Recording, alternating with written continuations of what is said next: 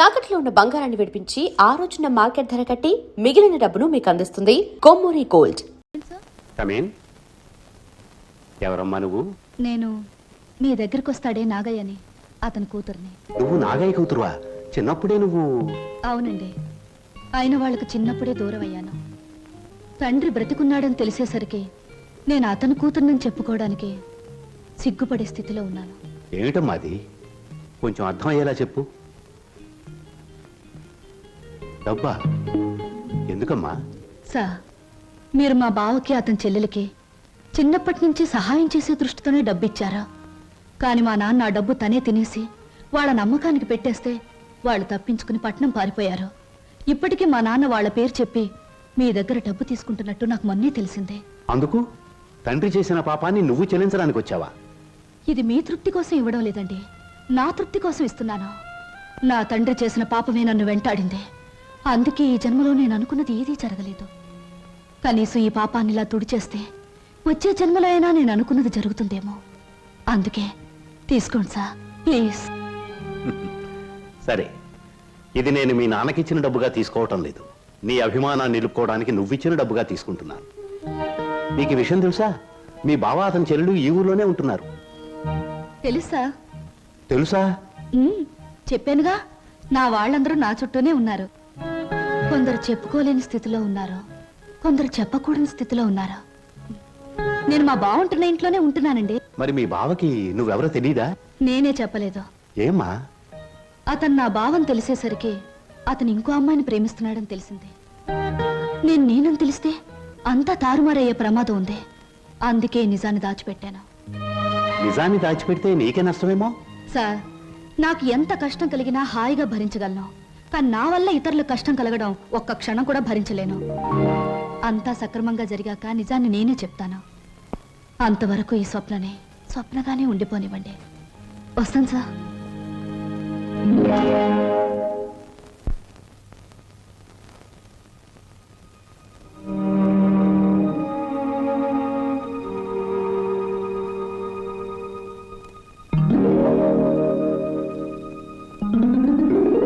Hello, ఏమిటి ఇలా వచ్చారు?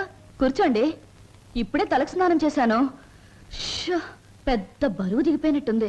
తలస్నానం చేస్తే తల బరువు దిగిపోతుంది, మరి మనసులో బరువు మర్చిపోతే మాయమైపోతుంది. మర్చిపోవడం బాధ్యత గల మనసు లక్షణం కాదు. మర్చిపోమన్నది బాధ్యతని కాదు, బరువుని. కూర్చోండి. సారీ, కూర్చునే మనస్థిమితం లేదు. ఏ కూర్చోలేనంత కష్టమే వచ్చింది మీకు? కొంపతీసి హీరోతో గాని పోట్లాడారా, లేక హీరో గారు మీతో పోట్లాడారా? ఓ చిన్న కథ చెప్తాను, ముగింపేమిటో చెప్తారా? ముగింపు లేని కథ అయితే అలాగే చెప్తాను. అనగనగా ఓ గోరింక, దాన్ని మనస్ఫూర్తిగా ప్రేమించిన ఓ చిలకమ్మ. చిన్నప్పుడే ఆ చిలకమ్మ గోరింక ఒక తుఫాన్ వచ్చి విడిపోయాయి. గోరింక కోసం చిలకమ్మ వెతుకుతుంది, చిలకమ్మ కోసం గోరింక ఎదురు చూస్తుంది. దేశ దేశాలు తిరుగుతూ ఆ చిలకమ్మ చివరికి గోరింకున్న చెట్టు మీదే గూడు పెట్టుకుంది. అయినా గోరింక పట్టించుకోలేదు. పాపం, గోరింకకు ఆ విషయం తెలీదు. I'm correct? గోరింకకు ఆ విషయం తెలీదని మీకెలా తెలుసు? కొన్ని కథలకి ఎప్పుడు ఎక్కడ మలుపు తిరుగుతుందో సులువుగా చెప్పొచ్చు. నేను అడిగింది మలుపుల గురించి కాదు, ముగింపు గురించి. నేను ఆలోచించేది ముగింపు గురించి కాదు, అసలు కథ ఏమిటా అని. మీరెవరో, మీ కథ ఏమిటో తెలుసుకునే వచ్చాను. ఆహా, మరి చిలకమ్మ గోరింక అనే కన్ఫ్యూషన్ ఎందుకు? Come to the point. Srinivas మీ భావం తెలుసు కూడా అతనితో నిజం ఎందుకు చెప్పలేదు? నేను చెప్పే టైంకి అతను మిమ్మల్ని మనస్ఫూర్తిగా ప్రేమిస్తున్నాడన్న నిజం తెలిసింది కాబట్టి, ఇప్పుడు నిజం చెప్పి అతను మనసు పాడు చేయడం తప్ప వేరే ప్రయోజనం లేదు కాబట్టి. కానీ అతని మీద మీకు హక్కు ఉంది, అధికారం ఉంది. హక్కు అధికారంతో సాధించుకోవడానికి ఇదేం దస్తావేజుల మీద రాసిన ఆస్తి కాదే, మరొకరికిచ్చిన మనసు. ప్రేమించడం అనేది రెండు మనసుల మధ్య ఆ మనుషులకు కూడా తెలియకుండా జరిగిపోయే కళ్యాణం. ఈ కథకు ముగింపిదే. కాదు, వ్యక్తిత్వం అనే కలంలో మానవత్వం అనే సిరా పోసి ముగింపు ఇంకోలా నేను రాస్తాను. ఈ శుభలేఖ మీద నువ్వు రాసినట్టే ఇదే ముహూర్తానికి మీ ఇద్దరికీ పెళ్లి జరుగుతుంది. ఇదేమన్నా బొమ్మల పెళ్ళా? బొమ్మలు మార్చడానికి అయినా నా మీద నిర్ణయం తీసుకునే హక్కు మీకెవరిచ్చారు? నేను ఒప్పుకోను. ఎవరు ఒప్పుకున్నా ఒప్పుకోకపోయినా ఈ కథకు నేను రాయబోయే ముగింపిదే. మీ ఇద్దరు పెళ్లి నేను జరిపిస్తాను.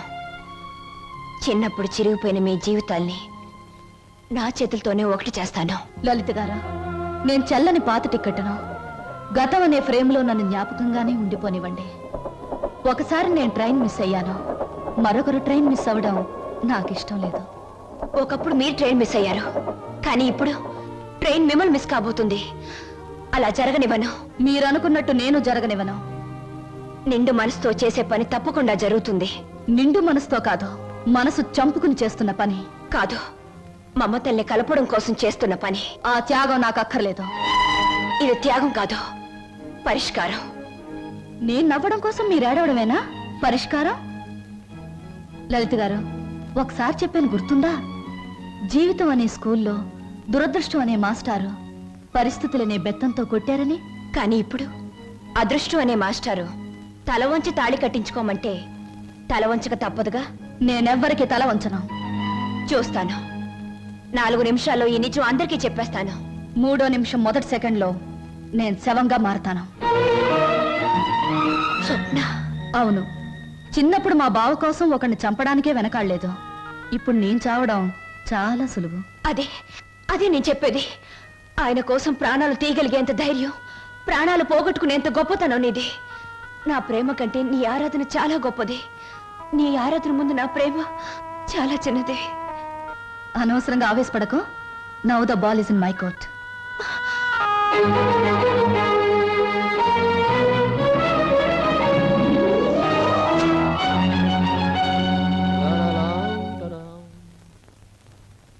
బాబాయ్ బాబాయ్, ఏంటి బాబాయ్ అందరు ఇక్కడే ఉన్నారు?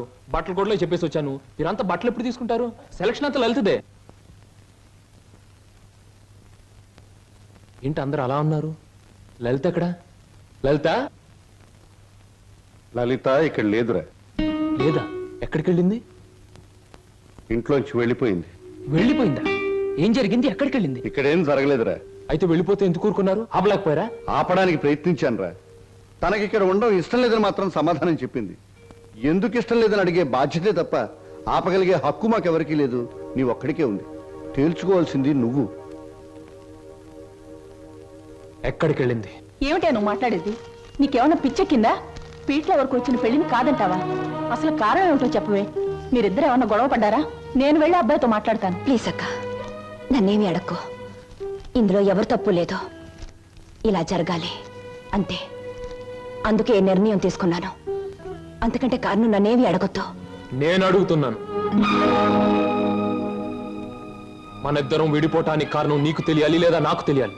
చెప్పు, ఏమిటా కారణం? కారణం తెలుసుకుని ఎవరూ చేయగలిగిందేమీ లేదు. ఇది కేవలం నా వ్యక్తిగత నిర్ణయం. వ్యక్తిగత నిర్ణయం అన్నంత మాత్రం నువ్వు తప్పించుకోలేవు. ఎవరో నీ మనసు చెడగొట్టుంటారు. చెప్పుడు మాటలు వినేటంత తెలుగు తక్కువ దాన్ని కాదు. అయితే నువ్వు నన్ను ప్రేమించావా లేదా? మరి పెళ్లి వద్దంటానికి కారణం నేనేమైనా తప్పు చేశానా? నువ్వు తప్పు చేయకూడదని ఈ నిర్ణయం తీసుకున్నాను. ఆహా, ఏమిటా తప్పు? నీ బాధ్యత నీ ముందే ఉంది. అది నెరవేర్చడానికి మన పెళ్లి అడ్డుగా ఉంది. అందుకు నా మనసు ఒప్పుకోలేదు. ఉడుపు కథ వేస్తున్నావా? జీవితం కథలా ఉన్నప్పుడు నాలాంటి వాళ్ళ జీవితం పొడుపు కథే అవుతుంది. లలిత, నా మీదేదో అనుమానంతో అలా చేస్తున్నావు అనుకుంటున్నాను. కాదు. మరి ఎందుకు వచ్చో చెప్పు. చెప్పు. దయచేసి నన్నెవరూ ఏమి అడగండి. ఎవరికి నేను సమాధానం చెప్పలేను. నా బాధలు, నా నిర్ణయాలు అన్ని నాలోనే ఉంచండి. ప్లీజ్ నన్ను ఇలా వదిలేయండి. ప్లీజ్. చూడు లలిత, నువ్వు ఏ నిర్ణయం తీసుకున్నావో ఎందుకు తీసుకున్నావో నాకు అనవసరం. ఎల్లుండి ఆఖరి ప్రోగ్రాంలోగా దానికి కారణం చెప్పాలి. అది నిజంగానే నాదే తప్పైతే నీ మార్గం నుంచి నేనే తప్పుకుంటాను. పొడుపు కథలాగే ఇంకా నిజాన్ని మిగిల్చావో నేను ఈడ్చికెళ్ళి ఆ పెళ్లి పేటల మీద నీ మెడలో 3 ముళ్ళు వేస్తాను. ఇది మాత్రం నిజం. Mind it.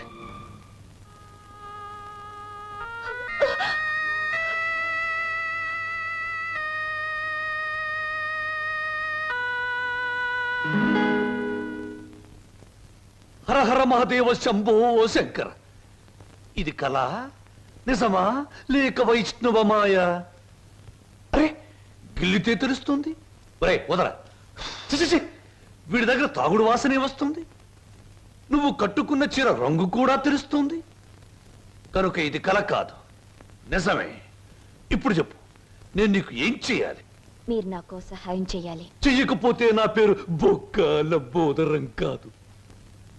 ఎల్లుండే శ్రీనివాస్కు నాకు పెళ్లి. అందుకేగా నేను ఇలా చిక్కిపోయాను. ఇప్పుడు ఈ పెళ్లి చేసుకోవడం నాకు ఇష్టం లేదు. మరి మొన్నటి వరకు మీరిద్దరూ ఆడారు, పాడారు, డాన్సులు చేశారు. మరి మళ్ళీ మధ్యలో ఈ ట్విస్ట్ ఏమిటి? లంబోదరం గారు, శ్రీనివాస్కి నాకు ఈ పెళ్లి జరగకూడదు. నాకంత అయోమయంగా ఉంది. సీత రావుణ్ణి వద్దంటే నమ్మనా? రాధకృష్ణుణ్ణి మురళి ఊదొద్దంటే నిజమనుకోనా? ఈ రోజున ఏప్రిల్ 1వ తారీఖు కూడా కాదే నేను ఏప్రిల్ ఫూల్ అవ్వడానికి. ఎవరు నమ్మినా నమ్మకపోయినా ఈ పెళ్లి జరగకూడదు. అది మీ ఒక్కరి వల్లే సాధ్యమని తెలిసి మీ దగ్గరకు వచ్చాను. హరహరమదేవ శంభూ శంకర, ఇదెక్కడి కోరిక? గుళ్ళు కడుతున్నావు, చందాలు ఇవ్వండి. బళ్ళు పెడుతున్నావు, డొనేషన్లు ఇవ్వండి. పెళ్లి చేసుకుంటున్నావు, డబ్బులు ఇవ్వండి. అన్న వాళ్ళనే చూశాను తప్ప పెళ్లి చెడుగొట్టండి అన్న వాళ్ళను మొట్టమొదటిసారిగా చూస్తున్నాను. It's all right. 1000 అబద్ధాలు చెప్పి ఒక్క పెళ్లి చేయడం కష్టం, గాని ఒక్క అబద్ధం చెప్పి 1000 పెళ్లిళ్ళు చెడగొట్టడం చాలా సులభం. వా గుడ్డు పగలగొట్టగలం, కానీ మనం పెట్టగలమా? పెట్టలేము. రేపు మీరిద్దరూ ఇచ్చే ఆఖరి ప్రోగ్రాం మొదలయ్యేసరికి మీ ఇద్దరిని వేరు చేస్తాను. మధ్యలో నేను దూరిపోతాను. ప్రోగ్రాం అయిన వెంటనే నువ్వు నేను చెప్పినట్టు చెయ్యాలి. ఏమిటది చెప్పండి. రేపు ప్రోగ్రాం అయిన వెంటనే హాలు బయట నీ కోసం ఓ తెల్లటి మారుతి కారాగుంటుంది. నువ్వు దాన్ని ఎక్కావనుకో, అది సరాసరి నా గెస్ట్ హౌస్ కు తీసుకొస్తుంది. అప్పుడు చెబుతాను నువ్వు నాకు ఏ రూపంలో ప్రతిఫలం ఇవ్వాలో. అంతా జరిగాక ఇవ్వలేదనుకో, స్టేజి ఎక్కి బైకు పట్టుకుని నువ్వు ఇదంతా నా చేత నాటకం వాడించావని వాడితో చెప్పి వాడి చేత నీకు 3 ముళ్ళు వేయిస్తాను. అప్పుడు నేను కూడా వేస్తాను నేనెత్తిన అచ్చింతలు.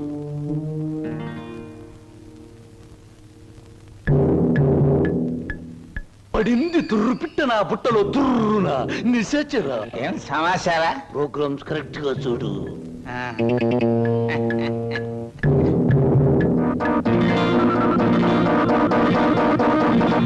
భో శంకర,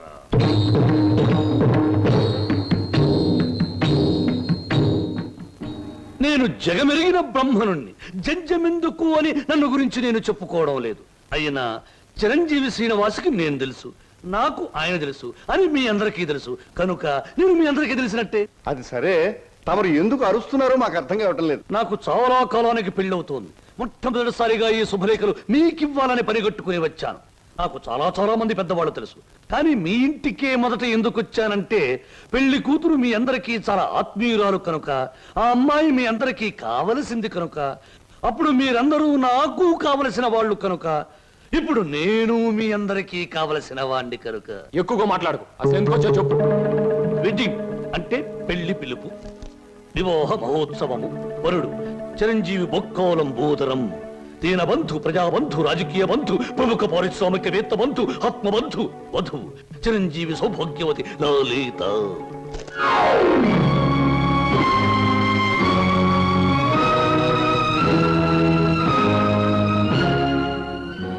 నీకు లలితకు పెళ్ళా? ఏమిట్రా నువ్వు మాట్లాడేది రాస్కెల్? తప్పు. రాయబారుల్ని, చిన్న పిల్లల్ని శుభలేఖలు ఇవ్వడానికి వచ్చిన నాలాంటి బుద్ధిమంతుడైన పెళ్లి కొడుకుని దూషించకూడదని పెద్దలు నొక్కి వక్కాణించారు తెలుసా? ఈ పెళ్లికి లలిత ఒప్పుకుందా? తనే వచ్చి నీలాంటి అందగాడు ఈ తెలుగుదేశంలో లేడు అంది. ఎలిజబెత్ టైలర్ని పెళ్లి చేసుకుందాం అనుకున్నా నేను ఏదో కాంప్రమైజ్ ఈ అమ్మాయిని పెళ్లి చేసుకోబోతున్నాను. మా శుభలేఖలు అందుకుని సకుటుంబ సపరివారంగా విచ్చేసి వధూవులను, నూతన వధూవులను ఆశీర్వదించి మదర్పిత చంద్ర తంబూలాది సత్కారములు గీకుని మమ్మల్ని ఆనందింపజే ప్రార్థన. ఇట్లు బుక్కలంబోదరం బోలా శుభంబుయా.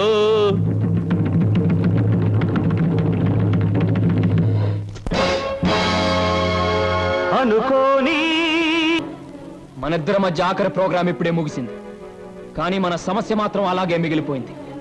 మనిద్దరం విడిపోవటానికి కారణం నువ్వు చెబితే తప్ప నువ్వు ఒక్కడుగు కూడా ముందుకు పెట్టడానికి వీల్లేదు. Come on tell me.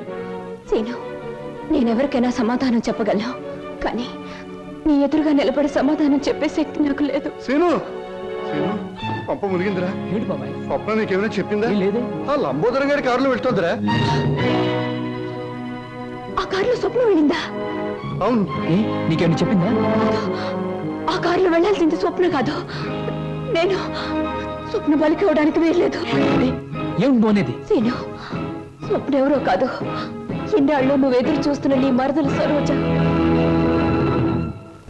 Masaru already సరుకు రెడీ. మాట మీద నిలబడే మనిషి అండి. అన్న మాట ప్రకారం వచ్చి కారెక్కింది. ఉన్న పొలాన్ని తీసుకొచ్చేసాను అంతే.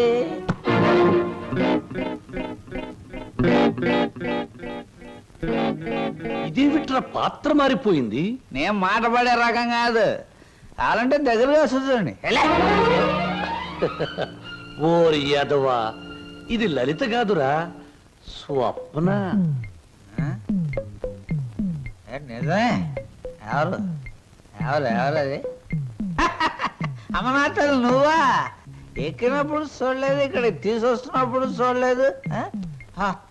ఇప్పుడు మాత్రం పోయిందే ఉంది బాబు. అది వచ్చేదాకా దీంతో సరసలాగండి. ఇప్పుడు వెళ్ళి అసలుగా అటు వచ్చేసా. ఒరే నిశాచరా, ఇన్నాళ్లకు నువ్వు ఒక మంచి పని చేసావురా. ఒకటి తెమ్మంటే రెండొచ్చేలా చేసావురా. వీళ్ళిద్దరి మధ్య ఏదో గూడి పుఠానే ఉంది. వెళ్ళి తీసుకురా ఆ బటాడీని. అలాగే దేవరా. ఆగు, ఇందులో మరెవరి ప్రమేయం లేదు. నేను కావాలని వచ్చాను. లలితను మాత్రం వదిలే. ప్రోగ్రామ్ ఫిక్స్ అయ్యాక అనుకున్న టైంలో ఆడది నా పక్కన ఉండకపోతే, ఛీ, నువ్వు మా వంశంలో తప్పబుట్టామని మా తాత ముత్తాతలు, వాళ్ళ తాత ముత్తాతలు కూడా కల్లోకొచ్చి లేపి మరీ తిడతారు. అది కాదు, నువ్వు నన్ను కోరుకున్నావు, నేను నీకు లొంగిపోతున్నాను. నేనేమైనా సరే లలితను మాత్రం వదిలే. ఎలాగైనా శ్రీనివాస్కి లలితకి అనుకున్న ముహూర్తానికి పెళ్లి జరగాలి.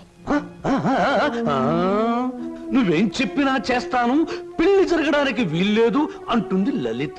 నువ్వేం చెప్పినా నేను చేస్తాను, ఆ పెళ్లి జరగాలి అంటుంది స్వప్న. ఇది మిస్టరీయా, హిస్టరీయా, లేక హిస్టీరియానా? లేదు, నేను చిన్నప్పటి నుంచి మా బావ కోసమే బ్రతికాను. ఎవడా బావా? శ్రీనివాస్ నా సొంత బావ. మా మేనత్త మేనమావలు జమీందార్ శ్రీధర్రావు గారిని కాపాడాలని పొలం తగాదాల్లో చనిపోయారు.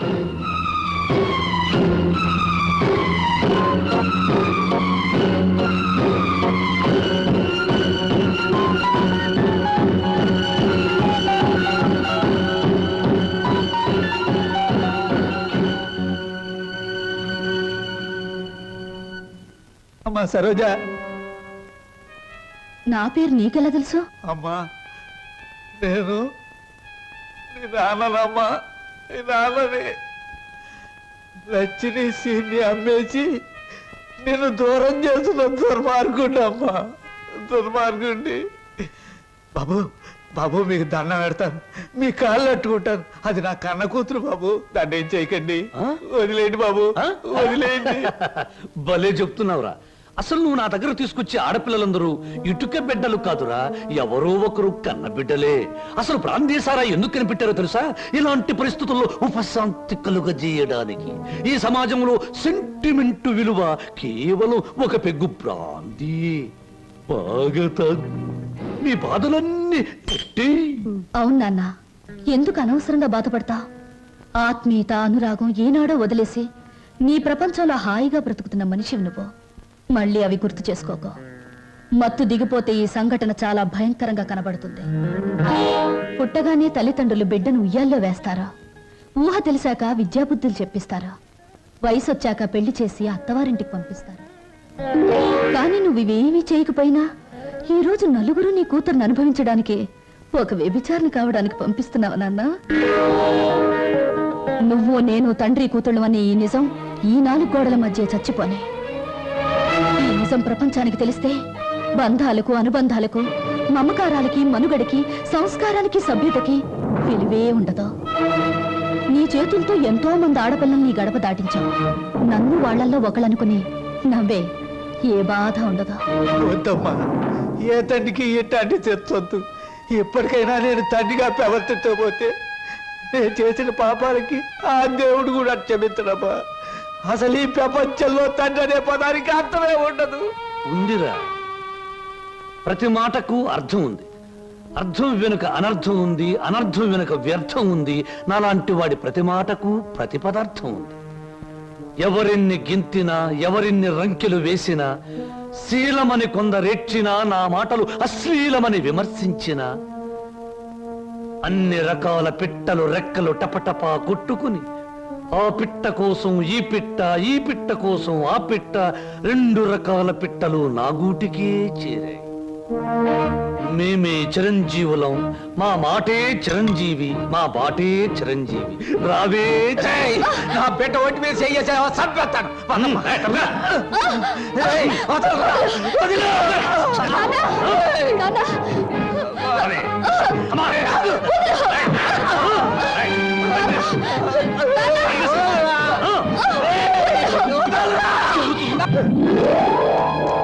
రేయ్, నా బిడ్డకు అన్యాయం చేయకురా. రే, నా బిడ్డ బతు నాశనం చేయకురా. రేయ్, నా బిడ్డకు అన్యాయం చేయకండిరా. నా బిడ్డకు అన్యాయం చేయకండి బాబు. బాబు, నా బిడ్డకు అన్యాయం జరిగిపోతుంది. రక్షించు బాబు. మామయ్య, బాబు సీను, నన్ను క్షమించమని అడగరా. నా బిడ్డను రక్షించరా. సరోజ్ ఎక్కడ మావయ్య చెప్పు. అదిగో.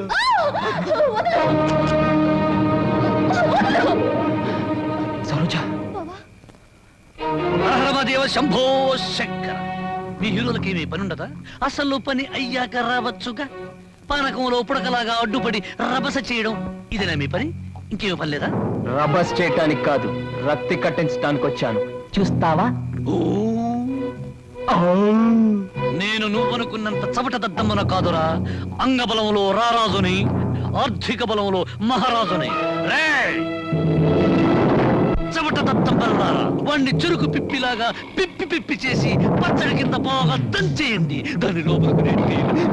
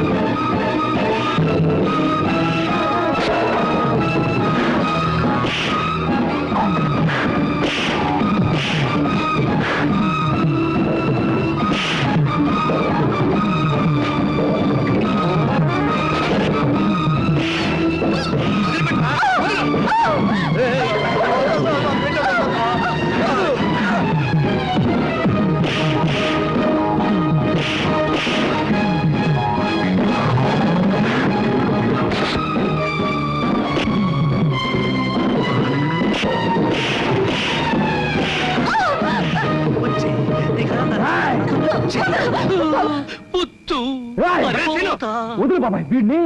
ఆగరా, నువ్వెందుకు ఆ నీచుని చంపిన అరెస్టు అవుతావు? ఆగు. అవును బాబు, ఈడంత తేలిగ్గా సావటానికి వెళ్ళలేదు. జైలు గోడల మధ్య కుళ్ళి కుళ్ళి సావాలి. వీడి గుట్టుమట్టని నాకు తెలుసు బాబు. నేనే ఈయన్ని పోలీస్ స్టేషన్లో అప్పచెప్పొస్తాను. చిన్నోడివైనా నీకు చేతులు ఎత్తి మొక్కుతాను. నా బిడ్డను క్షమించమని అడిగే అర్హత నాకు లేదు బాబు. నేను చేసిన దుర్మార్గాల్ని మర్చిపోయి నా తప్పుల్ని క్షమించి నా బిడ్డని కాస్త ఆదరించు బాబు.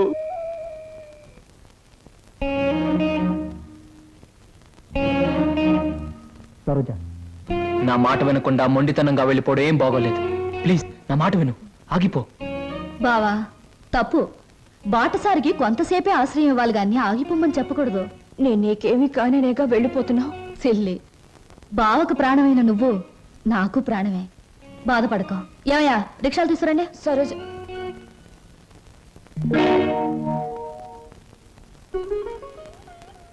అంకుల్, చీ చీ చీ, ఏమిటి మీ కళ్ళల్లో కన్నీళ్ళా? నో నో నో నో, అవన్నీ నాకే సొంతం. ఇంకొకరి కళ్ళల్లో చూడడం నాకు ఇష్టం ఉండదు. స్వప్న, నువ్వు అందరికీ సమాధానం చెప్పావు, నాకు కూడా సమాధానం చెప్పేళ్ళమ్మా. నువ్వే ఇంటికి వచ్చినప్పటి నుంచి నేను అభిమానించాను. నువ్వెవరో తెలిసిన క్షణం నుంచి నీ బాధను నేను కూడా పంచుకున్నాను. నువ్వు కోరుకున్న దక్కలేదని తెలిసిన మరుక్షణం నిన్న సొంత బిడ్డలా చూసుకున్నానమ్మా. అంకుల్, ఒక్కటి చెప్పమ్మా, ఈ ఇంట్లో మాతోనే ఉండి బిడ్డల్లేని మాకు ఓ బిడ్డ అవుతావా? మమ్మల్ని కాదని దూరంగా వెళ్ళిపోయి ఈ ముసలి వాళ్ళ కళ్ళల్లో కన్నీళ్లుగా మిగులుతావా? చెప్పమ్మా. అంకుల్, నువ్వెక్కాల్సిన ప్రతి ట్రైను మిస్ అయ్యి అందరికీ దూరం అయ్యావు. మా అందరికీ దగ్గర అవడానికైనా ఈసారి నువ్వు ట్రైన్ మిస్ అవ్వాలమ్మా. మా కోసం. అంకుల్, ఉంటాను అంకుల్, ఉంటాను, మీ దగ్గరే ఉంటాను. 1959లో 4 హీరోలు 3 హీరోయిన్లు కలిసి నటించిన చిత్రంలో 2 ఇంటర్వెల్లు 3 శుభాలు పడ్డాయి. ఆ చిత్రం పేరేమిటి? ఆ హీరోలు ఎవరు? హీరోయిన్స్ ఎవరు? 3 శుభాలు వేసిన నిర్మాత ఎవరు? ఆయన ఎవరో నాకు తెలియదు కానీ నేను మాత్రం కింద జన్మలో నీ పెళ్ళాన్ని నువ్వు మొగుడై ఉంటావు. అప్పుడు నేను ఏడిపించాను, ఇప్పుడు మాత్రం నన్ను